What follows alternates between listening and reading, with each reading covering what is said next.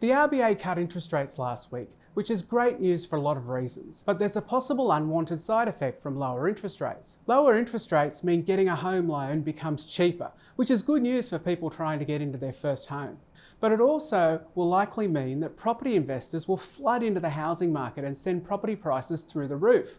Well, more through the roof than they already are. Just when interest rates drop and it looks like home buyers might actually catch a break, suddenly prices and the dream of home ownership are actually getting further and further out of reach. Now, while there are obvious solutions to the housing crisis that the government should be doing, like fix negative gearing and the capital gains tax discount, for some reason there really doesn't seem to be that much political courage to do that at the moment. But while the government gets their act together to do that, there is actually pretty simple reform that can bring house prices down that would be immediately effective, and it's one that's worked before. The government could tell the Australian Prudential Regulation Authority, or APRA, to force banks to limit the number of loans they offer to investors. This would limit the number of homes that property investors could buy, freeing up more homes for people who actually want to buy them to live in them. In 2014, when investors were flooding the property market and prices were out of control, APRA introduced a 10% limit on the increase of the number of investment properties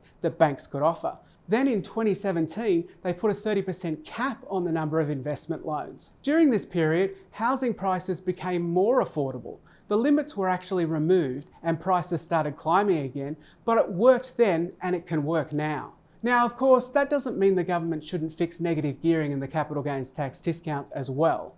But while they pluck up the courage to do that, this could make a difference to the housing crisis now.